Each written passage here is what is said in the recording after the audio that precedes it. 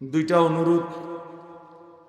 এক নম্বর অনুরোধ হইল পিছনের ভাইরা সম্ভব হইলে কষ্ট করে বসেন, যেটুকুই শোনেন বসে শোনেন, কমই শোনেন। মনে করেন 10 মিনিট পরে চলে যাবেন, কোনো অসুবিধা নাই আমার, 2 মিনিট পরেই চলে যাবেন, তো এইটুকুই বসে শোনেন। আপনারাও একটু যদি সুযোগ হয় একটু আগায়া জায়গা করে দেন। সবাই যদি একটু নড়ে চড়ে বসেন তাহলে হয়তো পিছনে আর একটু জায়গা খালি হয়। অন্যকে ইনশাআল্লাহ জায়গা একটু ছেড়ে দিলে আল্লাহ বরকত দিবে। কোরআন শরীফে আছে, আল্লাহ তাআলা বলছেন, আমার বান্দাদেরকে তোমরা দ্বীনি মজলিসে জায়গা করে দিও, আমি তোমাদেরকে প্রশস্ত জায়গা দেব। এজন্য প্রত্যেকে দয়া করে একটু নড়ে চড়ে বসে। নওজোয়ান ছেলে ভাই তোমরা আর একটু নড়াচড়া করে সামনে আসো, আসো ভাইয়া, তাইলে পিছনের ভাইরা বসতে পারে। মাশাআল্লাহ,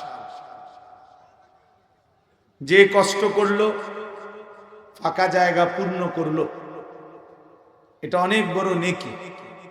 আল্লাহর নবী সাল্লাল্লাহু আলাইহি ওয়াসাল্লাম বলছেন, মান রাআ ফুরজাতান ফাজালাসা ফিহা ফাকাদ আওয়া ইলাল্লাহ। বুখারী riwayat।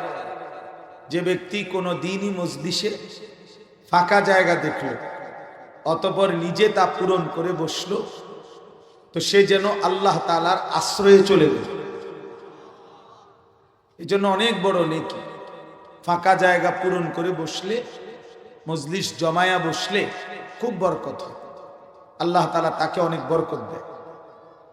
দ্বিতীয় নম্বর অনুরোধ হলো, যতগুলো হাতে মোবাইল এগুলো সব নামায় ফেলতে হবে। একজনও একদম সাফ পরিষ্কার বললাম, হাতে ধরা মোবাইল সব নামান। যিনি শুনবেন না আপনি উঠে যান, আপনার মতো শ্রোতা না শুনলেও চলবে, পরিষ্কার বললাম। আর একজনও প্যান্ডেলের ভিতরে হাতে ধরে মোবাইল উঠাবেন না। নওজোয়ান ভাই তোমাদেরকেও বলছি ভাই, যে আমার কথা শুনতে রাজি না, এই কথা মানতে রাজি না, তুমি চলে যাও, কোনো অসুবিধা নেই, কিন্তু এটা সাফ কথা, এটা আমার আদেশ। একজনও একটা মোবাইল আর উঠাবেন না। এই তামাশা করার জায়গা যেটা ঘুরে ঘুরে